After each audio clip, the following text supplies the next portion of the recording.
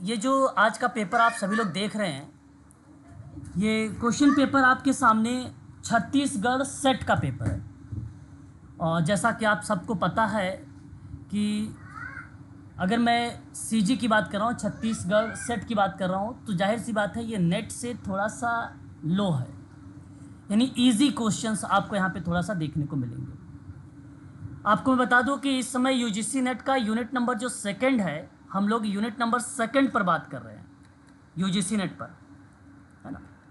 और unit number second में आप सभी लोगों ने देखा है सामाजिक संरचना को लेकर, साथ ही साथ आप लोगों ने संस्था, परिस्थिति, भूमिका इत्यादि को लेकर आप लोगों ने पढ़ा है। मैंने इस पर आप लोगों से परिचर्चा किया है, ठीक है, लास्ट क्लासेस में यूनिट नंबर 2 में यूजीसी नेट की बात कर रहा हूँ। हाँ सर। अब उन्हीं के संबंध में आपके सामने ये प्रश्न भी देखने को मिलेंगे, है ना। छत्तीसगढ़ के सेट में आपके प्रश्न मिलेंगे यूनिट नंबर सेकंड में। और मॉर्निंग में आप सभी लोगों ने आज एमपी पीएससी की क्लास देखा था, जहां हमने बात किया था अल्फ्रेड के बारे में, अल्फ्रेड रेडक्लिफ ब्राउन के बारे में, मर्टन के बारे में, जॉर्ज मीड के बारे में, है ना, सूटज के बारे में, इरविन गॉफमैन के बारे में, हेराल्ड गॉर्फिकेल के बारे में, है ना। मॉर्निंग की क्लास में हम लोगों ने पढ़ा था मेन। हाँ सर, हाँ बिल्कुल। तो उनसे भी आज आपको सवाल यहाँ पर देखने को मिलेगा। तो आप सभी लोग बड़े ही ध्यानपूर्वक प्रश्न को पढ़कर इस पेपर का आप सभी लोग जवाब दीजिएगा। किसी बच्चे के द्वारा ये जो बेसिकली पीडीएफ भेजा गया था ग्रुप में, तो मुझे लगा कि एक बार मैं आप लोगों को ये पेपर करवा दूं, क्योंकि एमपीपीएससी के जो एग्ज़ाम है वो नज़दीक है और ये नेट के लिए भी ये बेनिफिट है और सेट के लिए भी बेनिफिट है। तो ज़रा ध्यान दीजिएगा आप लोग इन प्रश्नों पर, ठीक है। 2024 का छत्तीसगढ़ का सेट और ये बेसिकली पेपर है। आपको अगर मैं बात करता हूँ तो सवाल कहता है कि टालकाट पार्सन्स निम्नलिखित में से किसके लिए जाने जाते हैं? सामाजिक क्रिया है, सामाजिक संरचनात्मक क्रियात्मक है और प्रकारीवाद है, या उपर्युक्त सभी है? जवाब आना चाहिए। सर वो डी ओपन यहाँ आपने जो अभी मुझे जवाब दिया है ऑप्शन नंबर डी, ये करेक्ट जवाब दिया। जितने बच्चों ने ऑप्शन नंबर डी का चुनाव किया है टालकाट पार्सन्स के संबंध में, तो मैं आपको बता दूं कि सामाजिक क्रिया के बारे में भी बताया है, संरचनात्मक क्रियात्मक के बारे में भी बात किया है और प्रकारीवाद के बारे में भी बात किया है। और हाँ सर, इनके बारे में देखो, मुझे ज़्यादा डीप में जाने की ज़रूरत तो है नहीं आप लोगों से। क्यों? क्योंकि मैं इसके बारे में आप लोगों से बता भी चुका हूँ। सही? हाँ सर। हाँ, बस एक दो तीन बातें मैं आपको थोड़ा सा बता देता हूँ। जैसे एक देखिए द सोशल सिस्टम करके किताब आई थी, सिस्टम ऑफ मॉडर्न जो है सोसाइटीज करके किताब आई थी, अमेरिकन सोसाइटी किताब थी, इकोनॉमी एंड सोसाइटी करके किताब थी। इनके बारे में मैंने पढ़ाया है आप लोगों को। यहाँ तक कि प्रकारीवाद में इन्होंने बेसिकली आपको मैंने बताया था AGI करके, AGI हाँ सर। जैसे अनुकूलन है, लक्ष्य प्राप्ति है, एकीकरण है, प्रतिमान जिसको प्रतिमान बोलते हैं, या आप डिले कह सकते हैं, या आप विलंबना का एक नाम भी दर्शा सकते हो, है ना। तो ये कुछ टर्म है, ये टर्मिनोलॉजी है, इनको आप जरूर ध्यान रखिएगा। सही जवाब ऑप्शन नंबर आपका यहाँ पर डी होगा। क्वेश्चन नंबर सेकंड पर हम बढ़ेंगे। अगला सवाल आपके सामने ये इस तरीके से है कि आपको कहा है कि कौन सा सही सुमलित नहीं। देखिए सेट का पेपर ऐसे ही आता भाई, 15 दिसंबर 2024 का एमपी सेट वाले ध्यान रखें, ऐसे ही पेपर मिलने वाले हैं इजी। तो आप लोग सर ऑप्शन ए होगा सर इसका answer. Sir option A. Option A की तरफ आप सभी लोगों ने झुकाव जी सर। अल्फ्रेड पैरेटो ने सामाजिक क्रिया के सिद्धांत में नाम आ सकता भी, है ना सर, तो आ सकता है, लेकिन बाकी सब एकदम एग्जैक्ट है। हाँ, बाकी अब देखिए मैं यहीं पर आप लोगों को बता देता हूँ। विल्फ्रेड पैरेटो बड़ी ही फेमस पर्सन है, पैरेटो महोदय समाजशास्त्र में ये जाने जाते हैं भी, है ना, अच्छे खासे विद्वान हैं। मैं आप लोगों से कहूँगा कि अगर इनका नाम आता है तो आप यहाँ पे सामाजिक क्रिया के सिद्धांत पर या विचार आप कह सकते हो, इनका विचार है। GH मीड की बात अगर हम लोग करते हैं तो प्रतीकात्मक अंतःक्रिया के संदर्भ में भी दर्शा सकते हो आप, ये भी बात सत्य है, ठीक है। अब देखिए मैंने गॉर्फिकेल का नृजाति पद्धति शास्त्र बताया था, है ना। जी सर जी। पद्धति हाँ सर, ये जी भी सही है। अल्फ्रेड सूटज के बारे में मैंने जाते जाते आप लोगों को ये भी बता दिया था। अल्फ्रेड सूटज के बारे में क्या बताया था? प्रघटना शास्त्र। हाँ, अब आपके मन में ये आ रहा होगा कि फिर इनमें से ऑप्शन सही कौन जाएगा, बल्कि ये तो प्रश्न हमें भी कंफ्यूज कर दिया है। हालांकि मैं अगर आप लोगों से कहूँ यहाँ अगर प्राथमिकता देने के संदर्भ में, तो ऑप्शन नंबर ए की तरफ ही मेरा भी झुकाव रहेगा। Option number A. देखिए मैं यहाँ पर गलत भी हो सकता हूँ क्योंकि अभी इस सर GH में तो नहीं हो सकता आया। क्या सर? जी सर क्या कह रहे हैं? जी बी वाला सर, बी ऑप्शन, नहीं वो तो क्योंकि सब हर्बर्ट सही है। ब्लूमर। नहीं सर GH तो पक्का है, यहाँ सिद्धांत और विचार पक्का है एकदम से। हाँ इसमें कोई दो राय नहीं सर, यहाँ तो सिद्धांत और विचार है ना। तो आप देखो क्वेश्चन को देखिए, सिद्धांत से रिलेट करा दो, अगर आ गया तो ठीक है, नहीं सिद्धांत से मैच किया तो ऑब्लिक किया है विचार, तो विचार से अगर आ रहा तो आप मिला दीजिए, फिर भी आपका सही हो जाएगा। मैं आप सबसे बताता हूँ विल्फ्रेड पैरेटो। यहाँ पे मैं प्राथमिकता आप लोगों को सामाजिक क्रिया के सिद्धांत में, अगर टालकाट पार्सन्स होता तो मैं यहाँ पे सही मान लेता, मैक्स वेबर होता तो सही मान लेता, लेकिन विल्फ्रेड पैरेटो के बारे में थोड़ा सा मैं यहाँ पर बेसिकली अगर कहूँगा तो कम प्राथमिकता दूंगा। तो विल्फ्रेड पैरेटो की तरफ आप रुख करें और आयोग का अगर जवाब आएगा तो ऑप्शन नंबर ए की तरफ ही झुकाव आएगा। मुझे जहाँ तक उम्मीद है, मैं 99% श्योर हूँ इस प्रश्न को लेकर। तो जी सर, क्योंकि इन्होंने अभिजनों के गमन वाला सिद्धांत दिया था हाँ, सर आप पैरेटो ने। कह सकते हो हाँ, कि सर, बिल्कुल आप अभिजन। यहाँ पर बता सकते हो। अभिजन जैसा शब्द मैंने आपको, विल्फ्रेड पैरेटो के साथ मेरा टॉपिक हो चुका है आप लोगों पर, है ना, बता चुका हूँ शायद इसके बारे में। नहीं पता आपको? जी सर। इसी क्लास नहीं हुई क्या? हो चुकी भाई। तो उन संदर्भों में अगर मैं बात करता हूँ तो जैसे कि देखो विल्फ्रेड पैरेटो की द माइंड एंड सोसाइटी वाली जो किताब थी सन 1916 वाली, उस किताब में विल्फ्रेड पैरेटो ने वहाँ अभिजन जैसे शब्दों को रिप्रेजेंट किया था, अभिजन जैसे शब्दों को लेकर। तो उन परिप्रेक्ष्यों से मैं यहाँ पे इसको एलिमेंट कर दिया हूँ। अतः मैं आप सभी लोगों से कहूँगा कि ऑप्शन नंबर ए की तरफ झुकाव करें, और ये आपको इसके नोट्स में भी आपको मिल जाएगा, पद्धति शास्त्र में।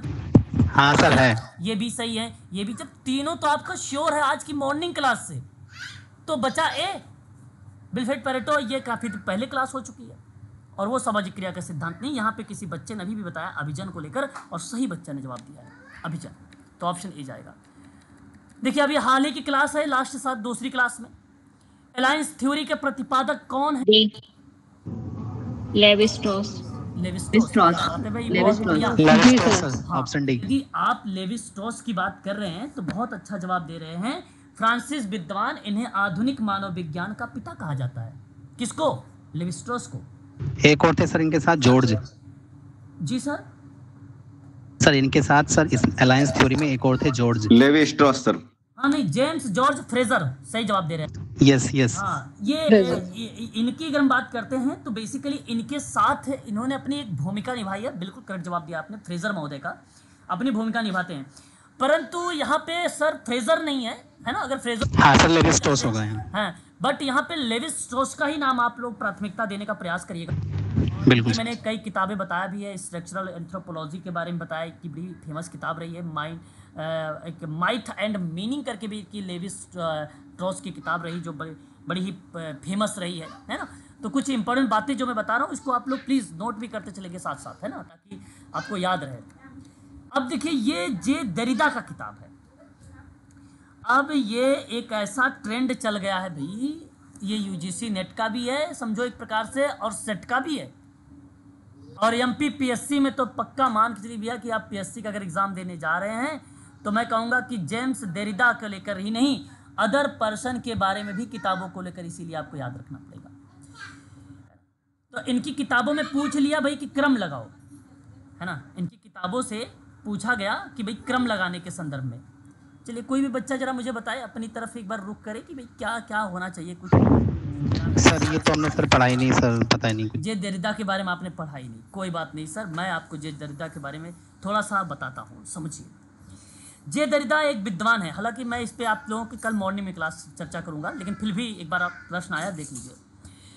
अल्जीरिया के जन्मे ये व्यक्ति फ्रांसिस दार्शनिक महोदय हैं। ये इनका एक विरचना का सिद्धांत आया, बड़ा फेमस रहा विरचना का सिद्धांत जे दरिदा का। परीक्षा के दृष्टिकोण से अगर मैं नेट पढ़ाता तो आपको बताता कि विरचना जो एक विखंडन यही है क्या? जी हाँ विखंडन। विखंडन, हाँ, जिसको हम लोग बोलते हैं डीकंस्ट्रक्शंस बोलते हैं। क्या बोलते हैं? डीकंस्ट्रक्शंस बोलते हैं। ये सिद्धांत फ्रांसिस दार्शनिक जे डेरिडा, जॉक डेरिडा द्वारा प्रस्तुत किया गया।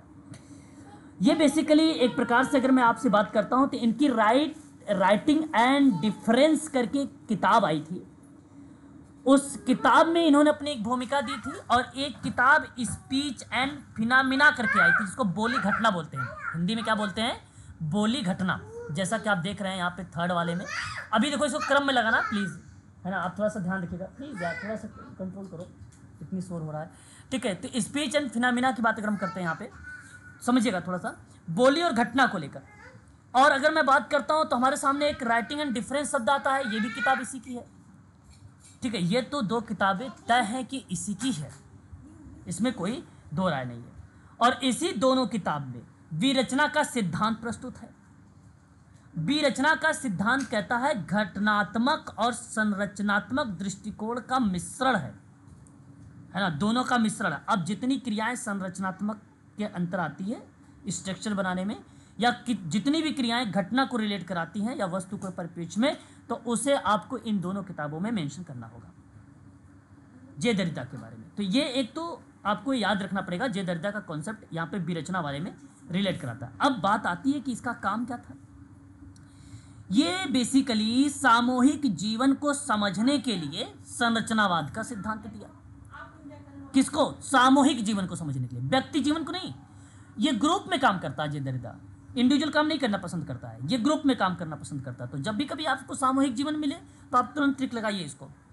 दूसरी, दृश्य प्रपंच वैज्ञानिक धाराओं में बात, मतलब एक प्रकार से आपसे अगर मैं बात करूं तो विजुअल टाइप के परिप्रेक्ष्य में बात करता है। कहने का आशय मेरा है कि अनुभव पर अवसर देकर कार्य करने पर बल देता है ये ज्यादातर। कौन? जे दरिदा। इसका कार्य इन दोनों प्रक्रियाओं में बड़ा ही फेमस रहा है। जैक्स डेरिडा के नाम से भी इसको कहा जाना जाता है, फ्रांसिस विद्वान को, है ना, इसे इस नाम से भी जाना जाता है।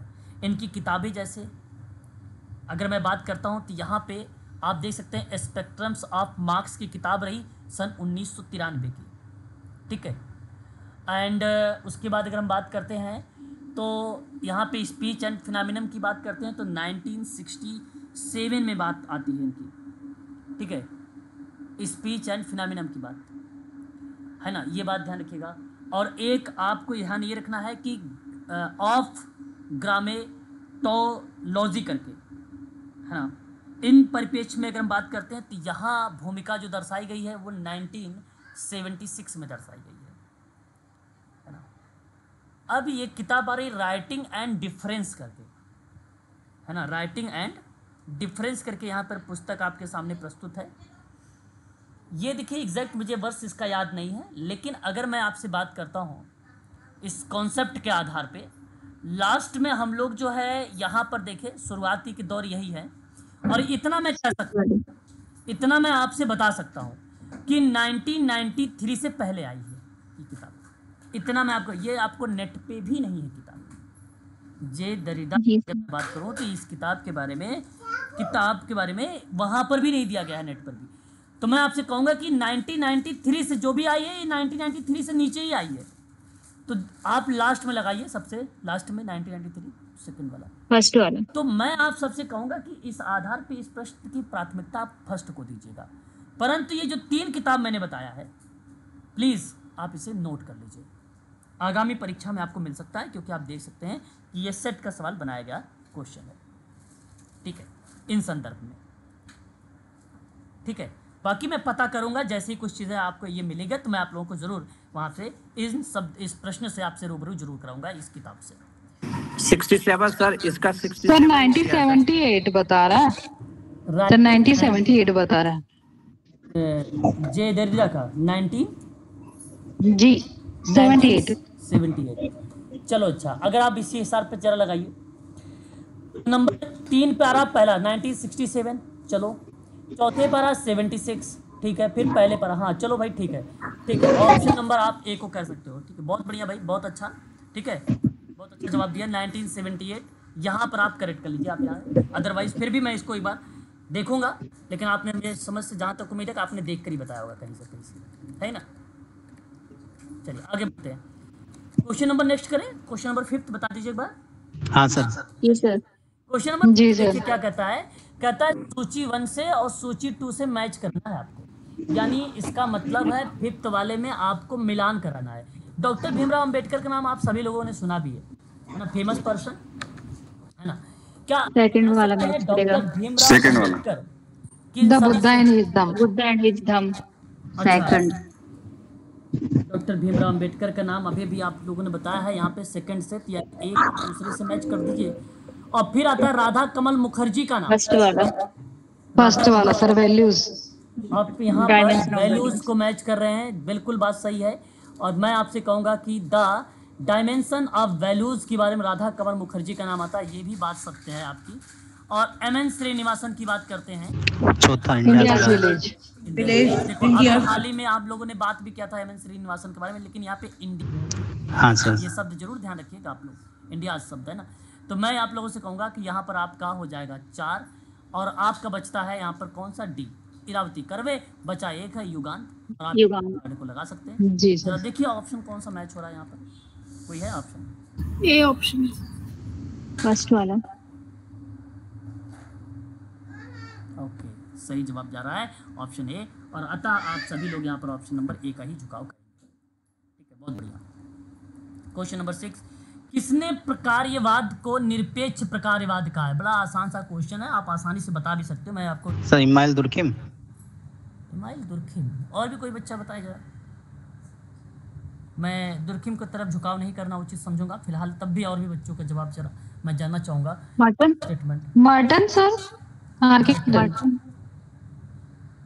देखिए मेरे पॉइंट ऑफ व्यू से अगर मैं मेलोनस की सर। बिल्कुल, ई- यहाँ मेलिनोवस्की का किसी बच्चे ने नाम लिया, बिल्कुल सही जवाब। ये जो फंक्शनलिज्म एज अगर हम बात करते हैं, अब्सोल्यूट, जैसे आपने एक शब्द सुना होगा, मैंने आपको पढ़ाया भी है, बताया भी है, इंडिविजुअलाइज। जी जी सर। हाँ, व्यक्ति बिल्कुल सर। अगर मैं बात करता हूँ तो उन परिप्रेक्ष्य में तो एक शब्द हमारे सामने रिलेट होता है कि कार्यात्मकता का जो अक्षर बेसिकली अवसर देने पर बात हुई है, उन परिप्रेक्ष्य में मैं बात कर रहा हूँ आपसे, तो वो व्यक्तिवादी कार्य जो है कार्यात्मकता पर बल हुआ है। तो व्यक्तिगत आवश्यकताएं बेसिकली मेलिनोवस्की ने तो दिया था, है ना, संस्कृति का एक साधन के रूप में विचार विमर्श किया और 7 बुनियादी आवश्यकताओं को लेकर बात किया। मानवीय आवश्यकताओं में जैसे प्रजनन हो गया, पोषण हो गया, शारीरिक पोषण हो गया, स्वास्थ्य हो गया। विश्राम हो गया। ये किस परिप्रेक्ष्य में था? ये व्यक्ति के परिप्रेक्ष्य में था। तो इन्हीं क्रियाओं में अगर मैं आपसे बात करता हूँ तो मेरे पॉइंट ऑफ व्यू से इसका सत्य जवाब जो जाना चाहिए वो ऑप्शन नंबर डी, मेलिनोवस्की की तरफ आप लोग रुख करिए। मेलिनोवस्की इज द राइट आंसर होगा यहाँ पे निरपेक्ष प्रकार्यवाद के शब्द में। लेकिन सर इसमें व्यक्तिवादी ऐसा करके कुछ तो मेंशन है नहीं इनसे। लेकिन व्यक्तिवादी तो है ही, लेकिन वही व्यक्तिवादी ही शब्द रिप्रेजेंट करता है सर एब्सोल्यूट को, वही, क्योंकि सांस्कृतिक प्रथाएं और संस्थाएं मुख्य रूप से समाज के भीतर ना व्यक्तियों की जैविक और मनोवैज्ञानिक और समाजशास्त्रीय आवश्यकताओं को पूरा करने के लिए आकार देती है। तो जब आकार देगी तो निरपेक्ष प्रकार बन जाएगा, वही एब्सोल्यूट फंक्शन बन जाएगा। आप इसको अगर आप देखेंगे फंक्शनलिज्म करके इंग्लिश में, तो हिंदी से देखेंगे तो आपको इसका आंसर नहीं मिलेगा, परंतु अगर आप इंग्लिश में इसका देखेंगे तो आपको मिलेगा। अगर वर्डली अगर बात करता, मतलब विश्व के स्तर पर बात करता कि प्रकार्यवाद को लेकर, तब आप वहाँ पे टालकाट पार्सन का जवाब देते। निरपेक्ष के बजाय क्या लिखा होता? विश्व। तब आप क्या जवाब देते? टालकाट पार्सन्स का नाम देते। तो ये मैं आपका मानता कि भाई आपने उचित जवाब दिया है यहाँ पर, ठीक है। तो ये बात ध्यान रखिएगा। अब दुर्खिम यहाँ पर किस तरीके से रिलेट कराया? ये basically the division of labour in society को रिलेट कराया था, उसमें प्रकार्यवाद रिलेट कराया था, बट निरपेक्ष प्रक्रिया के रूप में आप यहाँ पे रिप्रेजेंट नहीं करेंगे। ठीक है सर, ठीक है। मैं प्राथमिकता Thank देने you. की पूरी कोशिश करूंगा, और मैं आपसे बता रहा हूँ कि आयोग भी अगर इस तरफ के झुकाव करेगा तो ऑप्शन नंबर डी की तरफ ही झुकाव करेगा, पूरी उम्मीद है मुझे, ठीक है। Question number 7, Habermas, very very most important person Habermas, और जवाब देना है इसके संबंध में सवाल, आप बता भी सकते हो, प्लीज एक बार अपनी राय बताएं। हैबरमास, इस सवाल में आपसे पूछा स्वरूपों की पहचान करना है वैज्ञानिक ज्ञान को लेकर। हैबरमास, कुछ रह गए हैं विद्वान सर फर्स्ट। बारे में मैं आप लोगों से कल विचार विमर्श करूंगा जी। आप कह रहे हैं फर्स्ट, ओके ठीक है। चलिए मैं अब मेरी बात को सुनिएगा, ठीक है। अब मेरी बात को थोड़ा सा ध्यानपूर्वक आप सभी लोग जो है सुनने का प्रयास करिएगा। ये देखिए, एक प्रकार से अगर मैं बात करता हूँ तो ये हैबरमास एक विद्वान है। ज्ञान की व्यवस्थाओं का विश्लेषण करने में इन्होंने अपनी एक सकारात्मक भूमिका निभाई हैबरमास फ्रैंकफर्ट स्कूल के द्वितीय पीढ़ी के अत्यंत प्रखर और अग्रणी विचारक माने जाते हैं। जर्मन के ये विद्वान है हैबरमास। और इनकी भूमिका जैसे देखिए महिला आंदोलन हो गया, पर्यावरण सुरक्षा आंदोलन हो गया, प्रति संस्कृति हो गई, दलित आंदोलन हो गया, इस तरीके की जब प्रक्रिया आती है तो हम लोग का जो कॉन्सेप्ट होता है इन्हीं की तरफ झुकाव करता है।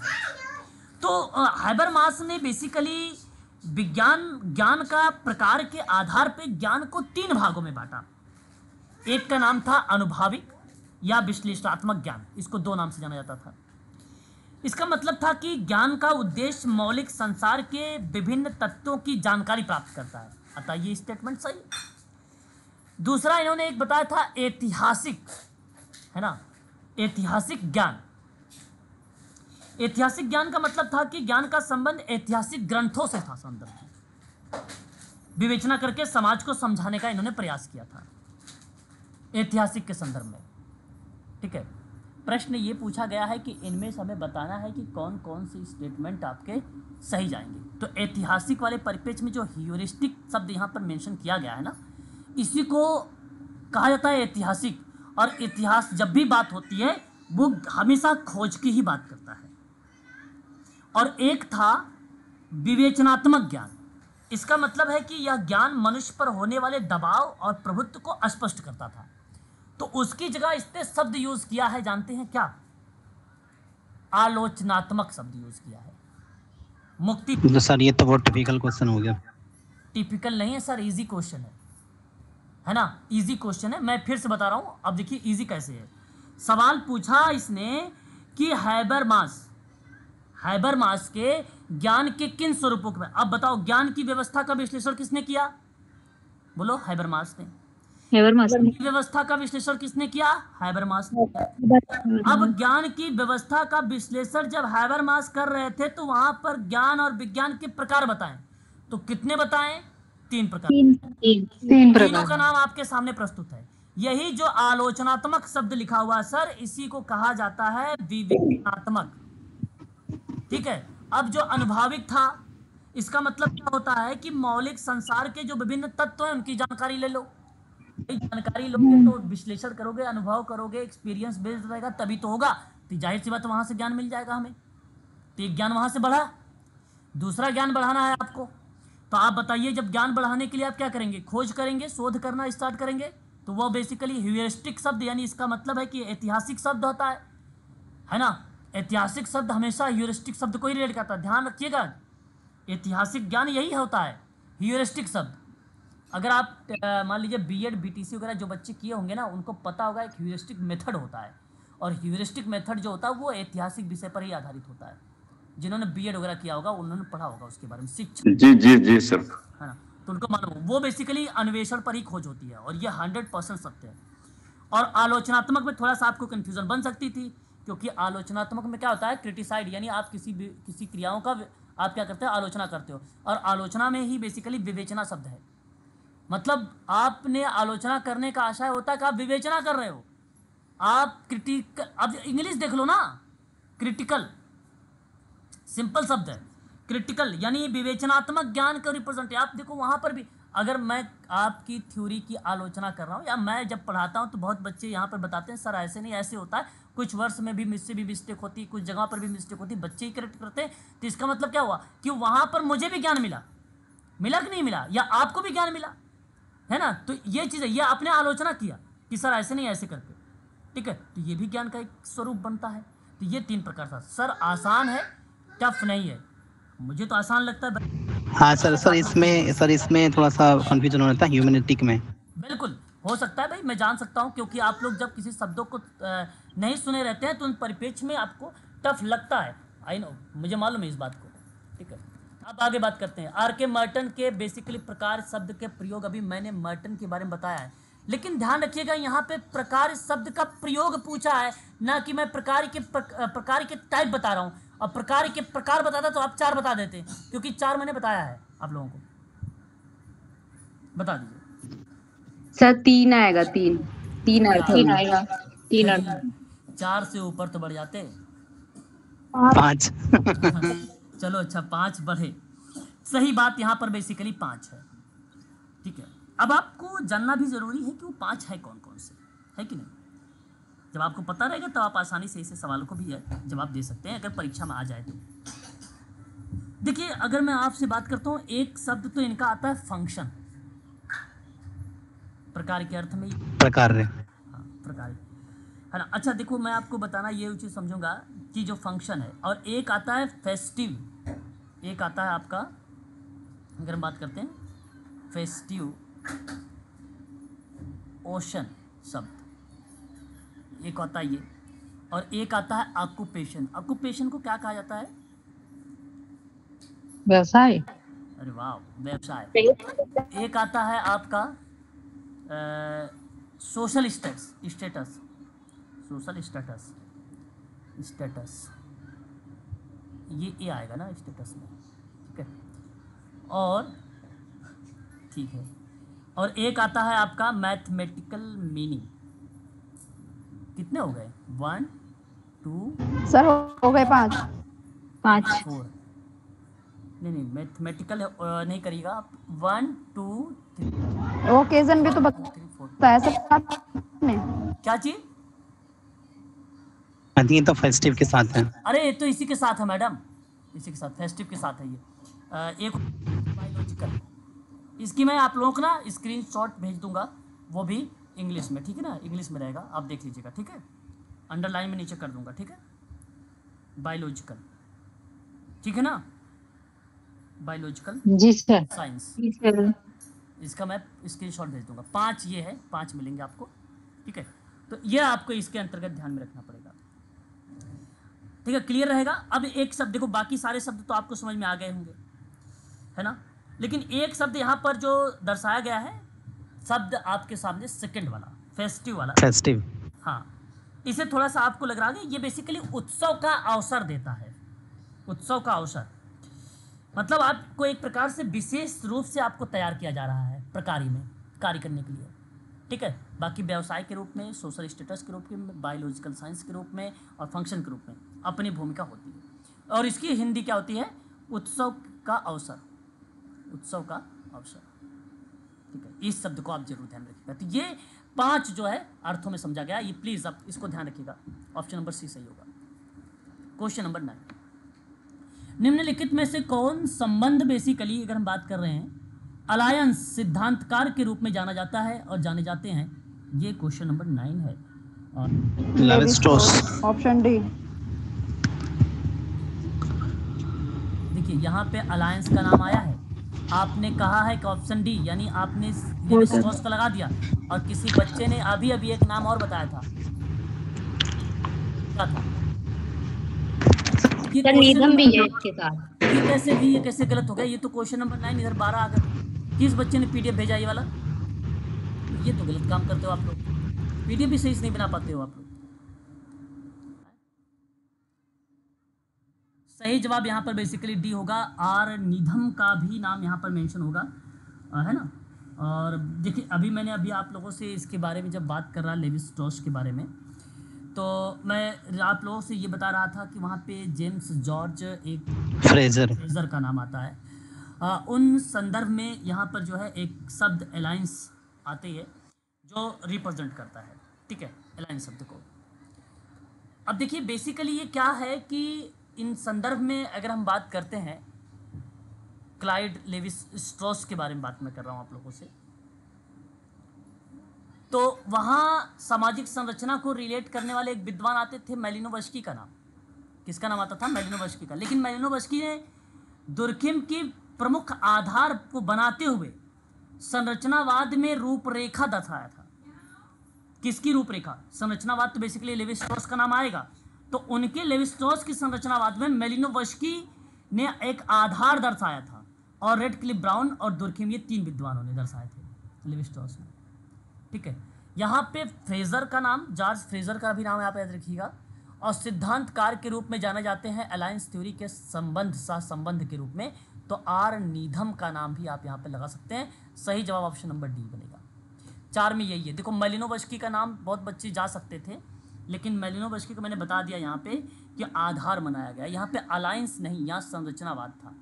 मैलिनोवस्की का संरचनावाद अगर प्रश्न बन जाता है, या अलायंस की जगह क्या लिखा होता है, संरचनावाद लिखा होता ना, तो बी वाला ऑप्शन जाता, बी वाला ऑप्शन आपका करेक्ट हो जाता। निधम सर ये सहयोगी थे। हाँ हाँ, सहयोगी थे। ठीक है, तो प्रश्न में अगर कहीं डाउट भी आए तो प्लीज पूछते चलिए साथ साथ। सुसाइड तो भाई पता है, 18, ये तो बहुत आसान सवाल आ गया। मोरल 1925 और सोशलिज्म 1928, है ना, ये तो मैंने आपको लिखवाया भी है, पढ़ाया भी है आपको, है ना। हाँ सर। 1 2 3 कह सकते हो, ऑप्शन नंबर डी वाला सही। जिस चलिए इस प्रश्न का जवाब दीजिए, तब तक मैं पानी पीता हूँ। करिए। सर इस क्वेश्चन में सर एक गुणात्मक और एक मात्रात्मक, सर दोनों को समझा दीजिएगा।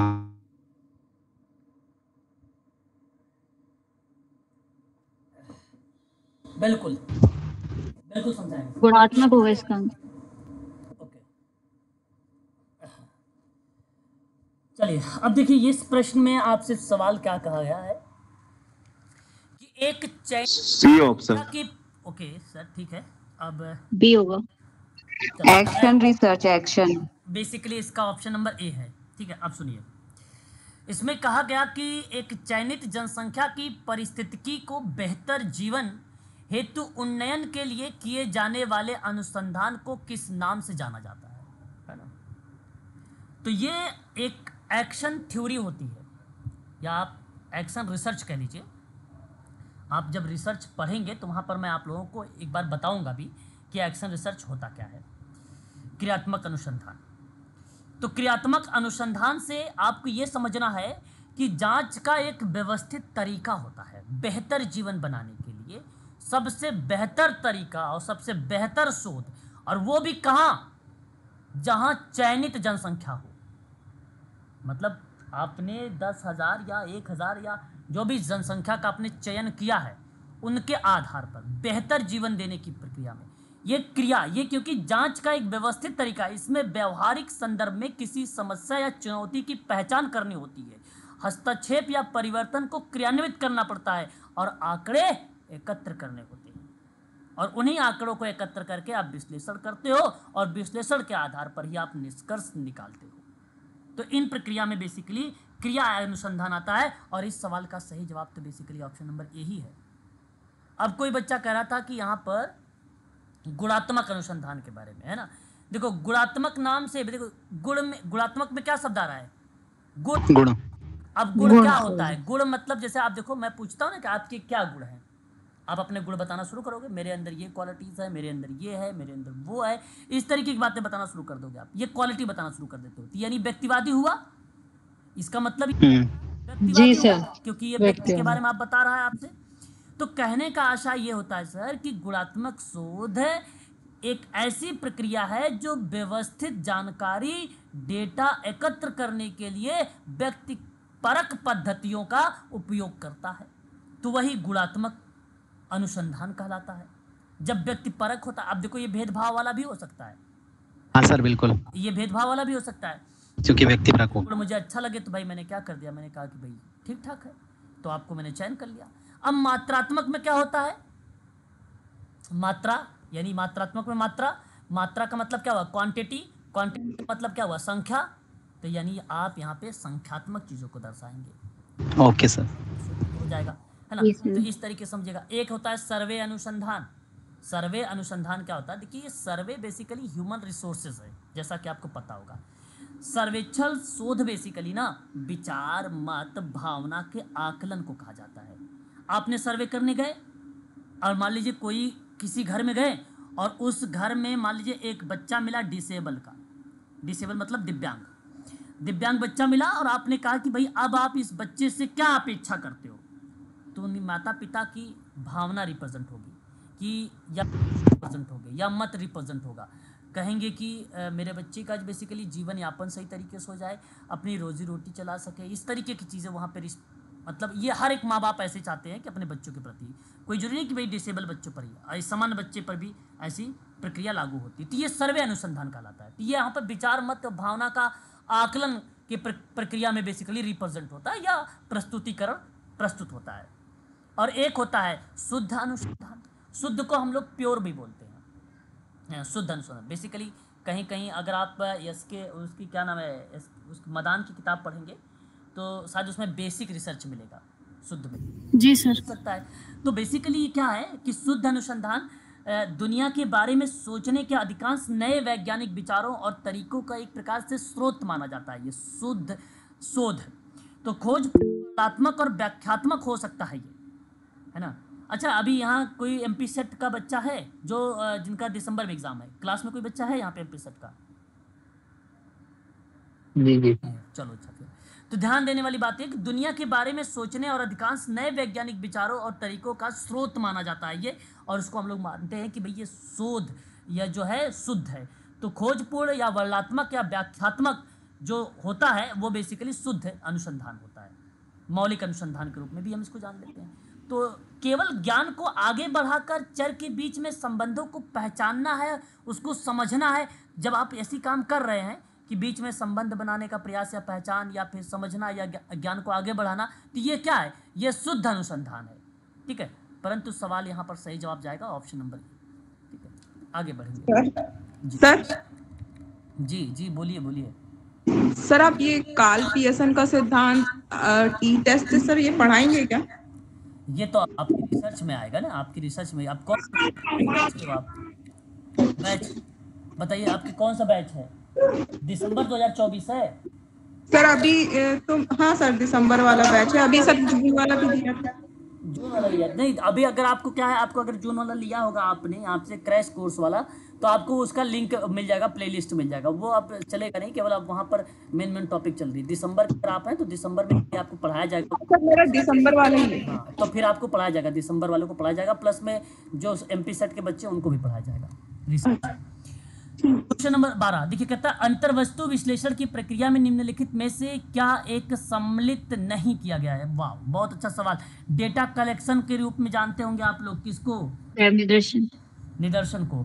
आसान सवाल, सबसे आसान क्वेश्चन अभी तक मुझे यही लगा है। अंतर्वस्तु विश्लेषण की प्रक्रिया को निम्नलिखित में से क्या सम्मिलित नहीं कर सकते हो? देखिए ये निदर्शन बेसिकली जानते हो, एक ही कीवर्ड मैंने पकड़ा था, वो कीवर्ड ये था डेटा बेसिकली संग्रहण का पार्ट है ये निदर्शन, है ना। और निदर्शन जब संग्रहण का पार्ट होता है भाई, विश्लेषण कहाँ से कर पाएगा? विश्लेषण नहीं होगा। अंतर्वस्तु विश्लेषण की प्रक्रिया में बेसिकली ये शब्द नहीं रिलेट होता है, यहाँ विशेष वस्तु से स्पष्टीकरण होता है। ये एक प्रकार से आप कह सकते हो कि ये टेक्निक भी है, तकनीक भी है एक प्रकार से। फिर आप श्रेणियों का विखंडन भी कर सकते हो, विश्लेषण की इकाइयों का चयन भी कर सकते हो। केवल और केवल ऑप्शन नंबर बी यहाँ पर करेक्ट जवाब होगा इस प्रश्न का। निदर्शन मीन्स क्या होता है भाई? सैंपलिंग करना। जैसे मान लीजिए जनसंख्या है, जनसंख्या बेसिकली कितनी है? मान लीजिए 1000 जनसंख्या है और 1000 में से 100 लोगों को निकाल लिया, ये 100 लोग क्या हैं? सैंपल। इन्हीं पर काम हो रहा था। और ये बेसिकली क्या होता है, चीजें होती है, ये कभी भी अंतर्वस्तु विश्लेषण नहीं कर। अभी ये खुद ही विश्लेषण है ना, अभी ये खुद ही विश्लेषण है, तो इसमें हाँ सर, आप इसका खंडन नहीं कर सकते, है ना। क्वेश्चन नंबर 13, एक उपकल्पना जो अध्ययन हेतु चयनित चरों, चर मतलब क्या था? वेरिएबल के बीच में संबंध नहीं होना बताता है। शून्य होता है, बिल्कुल सही जवाब। शून्य का मतलब जानते हो?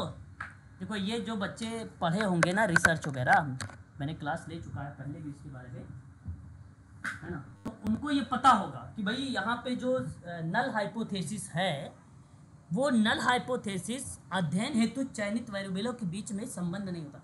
देखो मैंने पहले बताया, रिसर्च वर्किंग हाइपोथेसिस पे होगी, याद अगर आप लोगों को आ रहा हो तो बहुत अच्छी बात है। वहीं अगर हम बात करते हैं एक जांच की प्रक्रिया में नल हाइपोथेसिस बन जाती है, जैसे मान लीजिए वर्किंग हाइपोथेसिस गलत हो गई तो नल पर काम होगा, नल भी गलत हो गया तो किस पर काम होगा? अल्टरनेट पे काम होगा। और अल्टरनेट पर कभी ऐसे नहीं कि इस पर जांच पड़ताल होने वाली है, अल्टरनेट पर ऐसा कुछ नहीं होता कि भाई इस पर जांच पड़ताल होने वाली है, जैसे जिस रूप में उसे एक्सेप्ट कर लिया जाता है, ठीक है।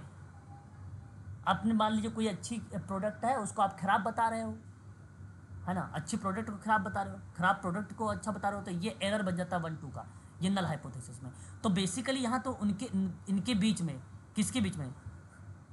वेरिएबल के, तो चरों के बीच में नल हाइपोथेसिस का संबंध बेसिकली होता ही नहीं, ठीक है। तो मेरे यहाँ पे कहूँगा ऑप्शन नंबर डी। ये भी आयोग का ऑप्शन देखना आएगा जब आंसर की, तो डी ही आएगा, देख लेना, ठीक है। क्वेश्चन नंबर 14, क्या सर एक बार ऊपर क्वेश्चन दिखाइएगा सर, ऊपर वाला सर। क्वेश्चन नंबर 13 जो जी सर जी सर जी सर जी सर जी सर जी बिल्कुल बिल्कुल देखिए फिर आपके सामने प्रस्तुत है क्वेश्चन नंबर 13। क्या कुछ पूछना है, पूछिए 13।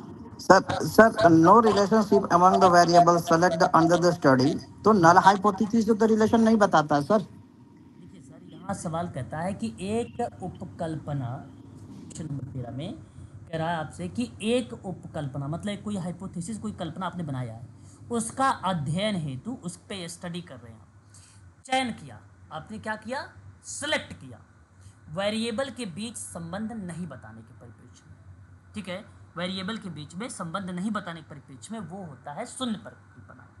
यह बताता है कि अध्ययन किए जा रहे दो चर के बीच कोई संबंध नहीं है, तो एक चर दूसरे को प्रभावित नहीं करता है, एक चर दूसरे से या दूसरे को प्रभावित नहीं करता है।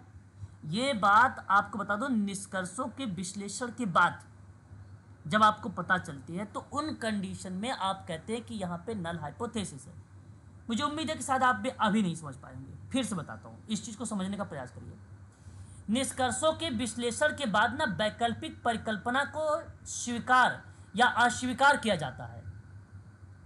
अब आप बताइए कि आपने नल हाइपोथेसिस को अगर आपने गलत कर दिया, मैंने ये क्या बताया, मैंने कहा वर्किंग हाइपोथेसिस गलत हो गई, मान लीजिए नल हाइपोथेसिस भी गलत होगी, तो बताइए किधर जाएगा, अल्टरनेट भी जाएगा, ऑटोमेटिक अल्टरनेट भी जाएगा। इतनी बात जानते हैं आप? जी सर जी सर जी सर। तो ये तो कह रहा है कि नल हाइपोथेसिस, जब वर्किंग हाइपोथेसिस, देखो क्वेश्चन ऑलरेडी कह रहा है कि वर्किंग हाइपोथेसिस फॉल्स है, गलत है, अब फिर यहाँ प्रश्न में लिख दिया वर्किंग हाइपोथेसिस, बेसिकली इमेजिन किया गया एक पार्ट बन गया। यहाँ पे क्वेश्चन में नहीं लिखा हूँ, मैं आपको समझा रहा हूँ इसलिए समझिए। वर्किंग हाइपोथेसिस ऑलरेडी वहाँ पे गलत थी, तब जाके प्रश्न बना, और ये प्रश्न कहा गलत है, और जब ये गलत है तो नल हाइपोथेसिस यहाँ पे तो क्वेश्चन दिया हुआ है कि इसी डेफिनेशन बनाया है, तो आगे बनेगा क्या, अल्टरनेट बनेगा। इस प्रश्न के आगे भविष्य में क्या होने वाला है, अल्टरनेट होने वाला है। तो ये नल हाइपोथेसिस की डेफिनेशन है सीधा सर, चयनित वेरिएबल के बीच में संबंध नहीं होना बता रहा है, यानी एरर बता रहा है। ये वर्किंग हाइपोथेसिस एरर है, गलत है, वहाँ गलत होने की वजह से फिर नल हाइपोथेसिस पे आया, और नल हाइपोथेसिस भी यहाँ पे गलत हो गई क्वेश्चन में, जो क्वेश्चन लिखा हुआ है, अब फिर अल्टरनेट बनेगा। ये क्वेश्चन समझिए, क्वेश्चन यही लिखा हुआ है कि नल हाइपोथेसिस। आंसर कौन सा होना चाहिए सर इसमें? डी डी डी ही होगा। वही तो नल है, तो मैं भी बोल रहा था सर। तो फिर मैंने क्या तो लगाया, सर ने डी तो बताया है। कोई जीरो हाइपोथेसिस बोला था, वही मैं बोल रहा था सर। जीरो नल, बात तो एक, शून्य क्या बात कर रहे हो तुम भी, मतलब जी सर जी सर जी सर। चलो अच्छा ठीक है। क्वेश्चन नंबर 14 देखो, क्या नृजाति पद्धति शास्त्र की आधारशिला अवधारणा नहीं है? Option D. Okay, option D की तरफ झुकाव है। वाह, और भी कोई बच्चे बताएं जरा, गॉर्फिकेल के बारे में अगर आज आप लोगों ने पढ़ा होगा।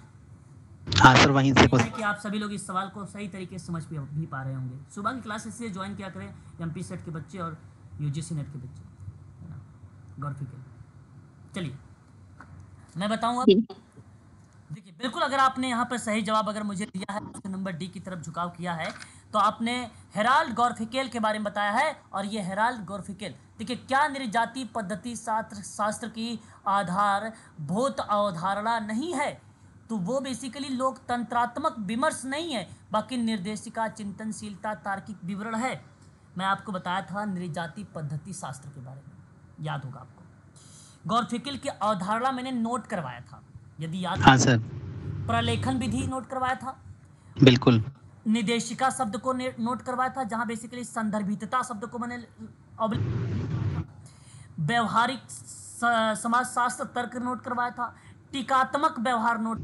हाँ सर। व्यवहार भी मैंने कहा कि भाई जैसे चाय वाय, रोटी वोटी, पेन वेन, है ना, तो ये बेसिकली क्या अर्थ दर्शा, चाय वाय में वाय का जो अर्थ था वो छिपा हुआ था, तो वो टीकात्मक था। चिंतनशीलता भी बताया था, चिंतनशीलता गॉर्फिकेल, सभी घटनाओं के बारे में चिंतन मनन पुनर्विचार आवश्यक होता है, ताकि उस घटना के बारे में ऐसी जानकारी प्राप्त की जा सके, वही बेसिकली चिंतनशीलता दर्शाती है। और उसके बाद आपका एक तार्किक विवरण भी आता है, लेकिन लोकतंत्रात्मक विमर्श के बारे में मैंने आप लोगों की कॉपी पर मेंशन नहीं करवाया था, अतः विकल्प डी का ही चुनाव करें आप, ठीक है। क्वेश्चन नंबर 15, निम्नांकित में से एक, जी सर ये नृजाति शब्द जो है उसको थोड़ा सा डिफाइन कीजिए ना। नृजाति मैम एथनोस, एथनोस मेथोडोलॉजी शब्द एक होता है, उससे रिलेट होता है। गॉर्फिकेल ने इस शब्द को बेसिकली कहा कि एक सामाजिक घटना के अध्ययन का दृष्टिकोण है। मॉर्निंग क्लास आपने शायद नहीं लिया था, प्लीज लिया करें। तो सामाजिक प्रघटनाओं के अध्ययन का दृष्टिकोण इस तथ्य पर, है ना, बल देता है कि शास्त्री को यह अध्ययन करना चाहिए कि व्यवहारिक दशा में दिन प्रतिदिन किस प्रकार सामाजिक रूप में घटित होता है, उन्हीं प्रक्रियाओं को नृजातीय परिप्रेक्ष्य में दर्शाया गया है। नृजातीय परिप्रेक्ष्य, ठीक है, तो एक वास्तविकता जो दैनिक जीवन में जो वास्तविकता शब्द रिलेट होता है, वो शब्द नृजातीय शब्द को प्रस्तुत करता है ना। तो आपको देखने को मिलेगा। बाकी मैं आप लोगों को कल मॉर्निंग वाली क्लास में एक बार और इसको रिकॉल कराते हुए आगे बढ़ूंगा। क्वेश्चन नंबर 15, निम्नलिखित में से कौन सा परीक्षणात्मक शोध का एक प्रकार नहीं है ना। क्वेश्चन नंबर 15 आप जवाब भी दे सकते हैं कि भाई कार्यांतर जो तथ्य परीक्षण होता है ना, ये परीक्षणात्मक शोध का प्रकार ही नहीं है। अब मैं आप सभी से कहूंगा कि ऑप्शन नंबर आप लगाइए डी, है ना, ऑप्शन डी सही। समझ रहे हैं ना आप? अब ध्यान से सुनिए मेरी बात को। पूर्व परीक्षण जो एक होता है, पूर्व परीक्षण इसे क्या है, क्यों है, आपने सुना होगा। उन गतिविधियों को संदर्भित करता है जो क्रिया शोधकर्ता के लिए निरीक्षण के लिए अनुमति देता है, जांचने के लिए अनुसंधान का उद्देश्य क्या था, अब तक के प्रयास में प्रगति की स्थिति प्राप्त की या नहीं प्राप्त की, ये क्या है, ये पहले परीक्षण है, ये पोस्ट ओनली एक्सपेरिमेंटल, ये आपका सही है, यहाँ पर आपका ये करेक्ट हो जाएगा। एक आता है बेसिकली पूर्व पश्चात परीक्षण। प्रश्न ये है कि परीक्षणात्मक शोध का प्रकार नहीं है, ये प्रकार है ऊपर वाला। फिर पूर्व पश्चात परीक्षण, इसका मतलब ये होता है कि संभावनाओं से संबंधित होता है, ये प्रोबेबिलिटी से रिलेटेड होता है ना, पूर्व परीक्षण। तो देखिए यहाँ कहने का आशय मेरा जो दर्शाता है, एक पश्चात शब्द है, पूर्व का मतलब बिफोर और पश्चात का मतलब आफ्टर। जब इन दोनों शब्दों को रिलेट करा दे तो आप इस तरीके का परीक्षण होता है, ठीक है। और एक पश्चात, जब देखिए आप पहला होता है दूसरा होता है, मान लीजिए पहला होता है तीसरा होता है, तो दूसरा जाहिर सी बात होगा। लेकिन हमारे सामने एक शब्द आ रहा है कार्यांतर तथ्य परीक्षण। कार्यांतर तथ्य परीक्षण ये वह विधि है जिसमें हम ना विभिन्न आधारों पर प्राचीन अभिलेख, सुनिएगा बात को, प्राचीन अभिलेख, है ना, अभिलेख के विभिन्न पक्षों की तुलना करके एक उपयोगी निष्कर्ष निकालते हैं। अब यहां प्रश्न में निष्कर्ष लिखा हुआ है क्या कि मैं निष्कर्ष लगाऊं, कि इस ऑप्शन को लगाऊं? नहीं ना, नहीं है। अतः आपको जब भी भूमिका सोचनी होगी एक्स पोस्ट फैक्टो रिसर्च, तो आपको ध्यान देने वाली बात आ जाएगी निष्कर्ष वाली, ठीक है। सही जवाब ऑप्शन नंबर डी पर होगा, ये है ही नहीं। अगला सवाल, निम्नलिखित में से पार्टिसिपेंट ऑब्जर्वेशंस, अरे भाई लो, सहभागी अवलोकन पद का प्रयोग करने वाला विद्वान का नाम? B, Lindeman. लिंडमैन, सही जवाब, बहुत बढ़िया, बहुत बढ़िया। ये देखो फैक्ट मैं आपसे पहले भी बता रहा हूँ कि 4 तारीख, आज कितनी तारीख है? 30 तारीख। हाँ, 4 को देखिएगा भैया, फैक्ट से भरा हुआ सवाल मिलने वाला है आप लोगों को। मैं बार बार बता रहा हूँ, फैक्ट से आने वाला है। यहाँ तक कि ऐसे ही सवाल आपको 15 तारीख को भी मिलेंगे दिसंबर में, जो सेट के बच्चे हैं सोशोलॉजी वाले, ठीक है। और एक बात बता दूँ, इस बार फैक्ट के साथ आपको केवल 20% देखने को मिलेंगे यूजीसी नेट सोशोलॉजी, 20%। और वो जो मिलने वाले हैं फैक्ट ना, वो समाजशास्त्र से ही मिलने वाले हैं, ये भी बता देता हूँ आपको, जो भी मिलने वाले हैं। तो पार्टिसिपेंट ऑब्जर्वेशंस अगर दिया गया है, अमेरिकन विद्वान, आप सबको पता है, एडवर्ड सी लिंडमैन, सन 1924 में, 1924 में, ये ना, ये बात ध्यान रखिएगा, ठीक है। इस प्रक्रिया में लिंडमैन का नाम आता है। टिपेड विधि, यदि आप लोगों ने रिसर्च मेरे से पढ़ा है, देखा है, तो मुझे सुना भी जरूर होगा आपने टिपेड विधि के बारे में। लॉटरी विधि, फिशबॉल ड्रा विधि, है ना, आपको पढ़ाया गया? सी सर, सी। हाँ, 10,400 प्रणाली में टिपिट के द्वारा 10,000 से अधिक संख्या को एक सूची निदर्शन चयन हेतु किया गया है। टिपिट सूची संख्याओं का सही गणना बताइए, तो 10,400 है, ये बात सत्य है ना। टिपिट महोदय विद्वान है, और मैंने आपको बताया है कि मैक्सिमम जो है 4 अंकों की संख्या आप जानते भी हैं 999 होती है, 9999 होती है। तो इनमें अगर आप ऐड करेंगे तो 36वें वाला जो बच्चा होगा उस नंबर का चुनाव हो जाएगा, है ना। ये एक प्रकार का मेथड है ना। और ये मैं आपको बताऊंगा रिसर्च में, है ना। ये कहाँ बताऊंगा आपको? रिसर्च में मिलेगा। बाकी तो बच्चों ने पढ़े भी होंगे क्योंकि और पुराने बच्चे हैं, उनको तो याद हो गया होगा। क्वेश्चन नंबर 18, सहसंबंध गुणांक किस चर युग्म के मध्य जो है संबंध का माप करता है भाई? ओके ओके ओके ओके, ये माप करता है, दोनों पे होगा भाई, और किस पे होगा? दोनों में होगा, दोनों होगा, माप तो दोनों पे होगा। देखिए ये बात जरूर ध्यान रखिएगा, दोनों ही परिमाणात्मक चरों के मध्य में होगा भाई, और ये बात सही है। ऑप्शन नंबर सी आप करेक्ट करिएगा, यहाँ पे सी करेक्ट होगा यहाँ पे, ठीक है। तो यहाँ पे परिमाणात्मक चरों के मध्य दोनों ही होंगे। और आप परिमाणात्मक संदर्भ में अगर हम बात करते हैं तो देखो दोनों ही गुणात्मक चरों के मध्य कह रहा है, तो दोनों गुणात्मक चर के मध्य हो नहीं सकते सहसंबंध के वेरिएबल के परिप्रेक्ष्य में। और माप जो होने वाला है वो सी होगा, है ना। प्राथमिकता मैं आप लोगों को ऑप्शन नंबर सी की तरफ झुकाव दूंगा, ठीक है ना, याद रखिएगा। क्वेश्चन नंबर 19 में देखिए, किसने सामाजिक अनुसंधान को उपकल्पनात्मक प्रस्ताव के एक व्यवस्थित नियंत्रित अनुभवजन्य तथा आलोचनात्मक खोज के रूप में स्पष्ट किया है? नाम बताइए क्वेश्चन नंबर 19 का, बोलिए। Sir D. 19 का डी बता रहे हैं? B sir, B. अच्छा बी बता रहे हो आप, अच्छा जी, यानी पढ़े हो इसके बारे में। चलो बी अच्छी बात है। यदि आप लोगों ने कर्लिंगर FN के बारे में यदि आपने सुना है, फ्रेड एंड कर्लिंगर का नाम, तो बहुत अच्छी बात है। और मैं इनके बारे में थोड़ी बहुत आप लोगों से बात करना चाहूँगा, क्योंकि इनका देखिए बेसिकली बहुत ही महत्वपूर्ण विद्वान है ये, और ये जब भी आएंगे तो इनका नाम हमेशा रिसर्च में ही आएगा। इस बात को आप सभी लोग ध्यान भी रखेंगे, है ना। इनका जब भी नाम आने वाला है तो आएगा आपका रिसर्च के ही अंतर्गत नाम आने वाला है। तो मेरा कहने का आशय ये है कि इनको केरलिंगर भी कहा जाता है या कर्लिंगर भी कहा जाता है, फ्रेड एंड। सन 1973 में व्यवहारिक अनुसंधान दिया था। क्या दिया था? व्यवहारिक अनुसंधान दिया था, ठीक है। कब? 1973 में। तो इन्होंने बेसिकली अंतर संबंधित संरचनाओं, अवधारणाओं, परिभाषाओं, प्रस्तावों का एक समूह जो घटना के बारे में व्यवस्थित दृष्टिकोण को प्रस्तुत करता है। मतलब कोई घटना है तो उसको एक व्यवस्थित तरीके से प्रस्तुत करता है। तो व्यवस्थित तरीके से प्रस्तुत करने का मतलब है कि भाई वो उपकल्पनाओं के प्रस्ताव में एक व्यवस्थित नियंत्रित अनुभवजन। और आपकी आवाज कम हो गई क्यों सर? क्या हुआ? आवाज मेरी क्लियर क्लियर है? नहीं क्लियर है सर। सिराज नहीं, आवाज मेरी ठीक है, अगर कम हो जाएगी तो बता देना भाई, है ना। ठीक है मेरी आवाज ठीक है, क्लियर है सर। हाँ ठीक है, बार लिफ्ट करके ज्वाइन करिएगा। तो कहने का मतलब ये था कि यहाँ पे वैज्ञानिक अनुसंधान प्राकृतिक घटनाओं के बीच में अनुमानित संबंधों के बारे में काल्पनिक प्रस्ताव में व्यवस्थित नियंत्रित अनुभवजन और आलोचनात्मक जांच है।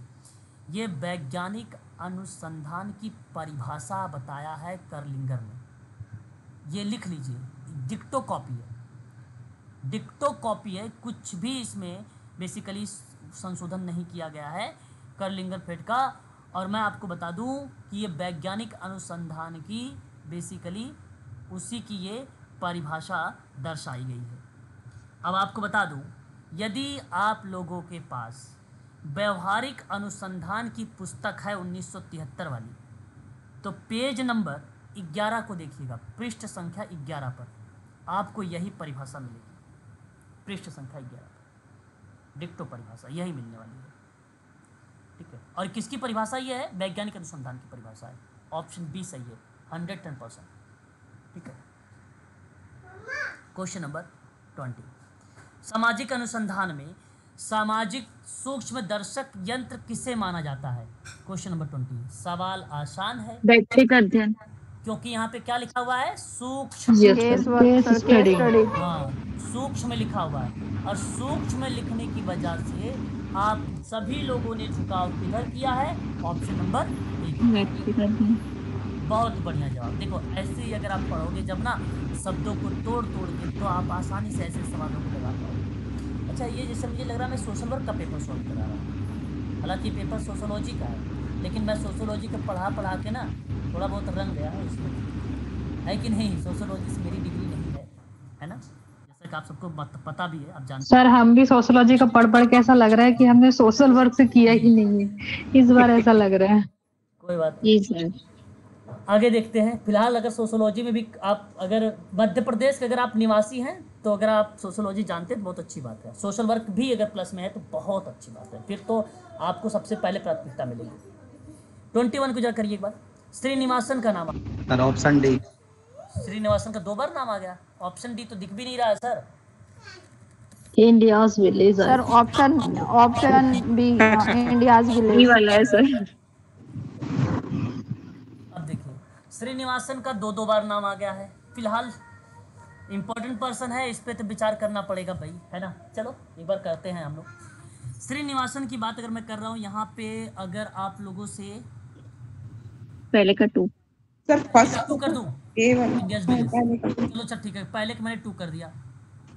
जीके करवे का अगर मैं आपसे बी यहाँ का पे फर्स्ट बात वाला। करूँ तो फर्स्ट सर किनशिप वाला होगा किनशिप सर, organization नातेदारी में। की बात करें।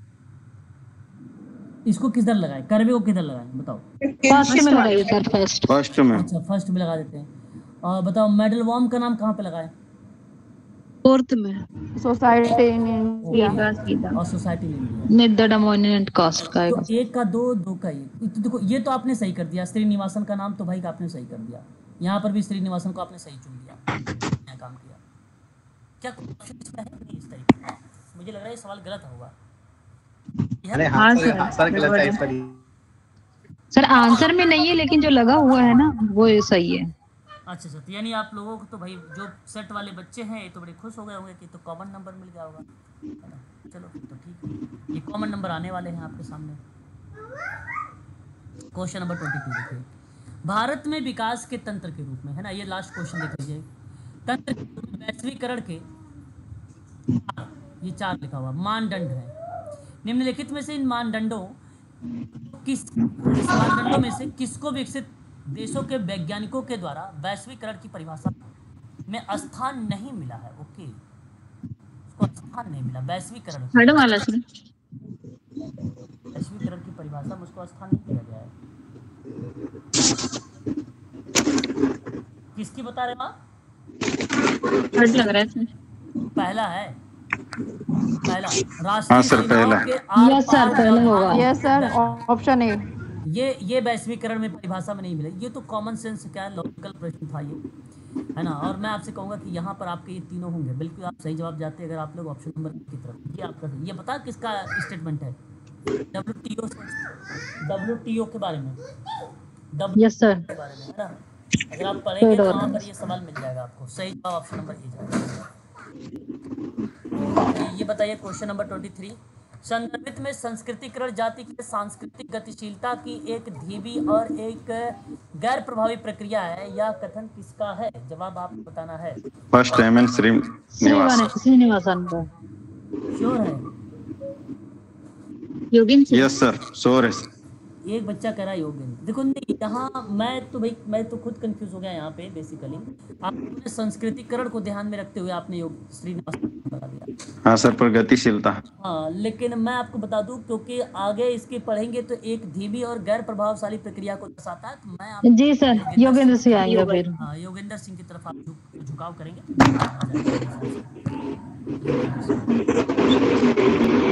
आगे बात करें। शहरीकरण जीवन में जीने का तरीका है जबकि नगरीकरण की प्रक्रिया के द्वारा भेद किया गया है। अच्छा जी,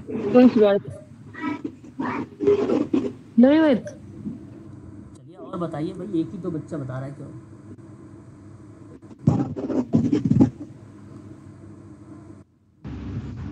सर जी सिमेल है जी सिमेल। इतने देर में आपने बोला भी। चलिए आपका सर बेसिकली ये सही जवाब नहीं होगा। जवाब आंसर तुक्का ही है। बर्थ, हाँ लुइस बर्थ का जवाब होगा। कोई बात नहीं सर, अगर आप पढ़ रहे हैं तो आप आने वाले टाइम में पढ़ेंगे जरूर। लुइस बर्थ अमेरिकी समाजशास्त्री, शिकागो स्कूल ऑफ सोशोलॉजी के सदस्य रह चुके हैं लुइस बर्थ महोदय। और इनकी रुचि शहरी जीवन, अल्पसंख्यक समूह, व्यवहार और जनसंचार माध्यमों में थी। अग्रणी शहरी समाजशास्त्री में से एक माना जाता है लुइस बर्थ। फेमस पर्सन है ये, बहुत ही फेमस पर्सन ठीक है, द गेटो करके एक किताब लिखा था, द गेटो, 1928 में, द गेटो। देखो आप लोगों ने कार्ल मेनहिम का नाम सुना है, यूटोपिया की हाँ सर। जी सर। है ना, बिल्कुल। उस किताब में भी लुईस बर्थ का नाम मिलेगा, उस किताब में, है ना। 1936 में मैंने लिखवाया था शायद आज सुबह ही, आइडियोलॉजी एंड यूटोपिया, है ना, अगर आपको पता। जी सर। हाँ सर लिखा है sir. Question number 25, last question ले लीजिए वाला आज का। घुरई ने घुरई ने जनजाति को किस, पिछड़े हिंदू। ये बड़ा फेमस पर्सन है। मैं आपसे कहूँगा कि इसका मेरे पास ना पीडीएफ है, मिल गया होगा आप लोगों को। पीडीएफ मिला कि नहीं मिला? मैंने बनाया है पीडीएफ इसकी, एमपी है ना। जी सर। हाँ, पिछड़े हिंदू को रिलेट करते हैं। सही जवाब ऑप्शन नंबर बी होगा। ठीक है, आज के लिए इतना रखिए, बाकी आगे आने वाले टाइम में ये भी कवर करा दूंगा। ठीक है, कल मॉर्निंग में वो होगा। और बाकी देखिए, इसको आप लोग देख रहे हैं, जो यूजीसी के बच्चे हैं ना, वो भी ध्यान दें इस पर। इंपॉर्टेंट क्वेश्चन हैं ऐसे, है ना, देखे रहोगे तो आपके लिए बड़ा मददगार साबित होगा। समझो यूनिट नंबर 2 का सवाल है आपके सामने। ठीक है जी सर। Yes sir. हाँ, आज के लिए बस इतना ही रखते हैं और कल बातचीत करेंगे। ठीक है, चलिए एंजॉय करिए, पढ़ते रहिए, है ना। ठीक है, गुड नाइट सर। सर वो भी रिसर्च वाले क्वेश्चन समझ में नहीं आ रहे ज़्यादा। रिसर्च वाला क्वेश्चन समझ में नहीं आ रहा? हाँ सर, समझ में इसलिए नहीं आ रहा होगा, शायद आपने स्टडी नहीं किया है। हाँ सर, मतलब वो पढ़ा नहीं अभी। कोई बात नहीं सर, आप निश्चिंत रहें। अभी हरिओम पेपर कब है सर? दिसंबर। अरे हरिओम जी, फिर निश्चिंत रहिए आराम से। ठीक है, कोई दिक्कत नहीं, रिसर्च आएगा अभी आप। ठीक सर, ओके निश्चिंत रहें। ओके।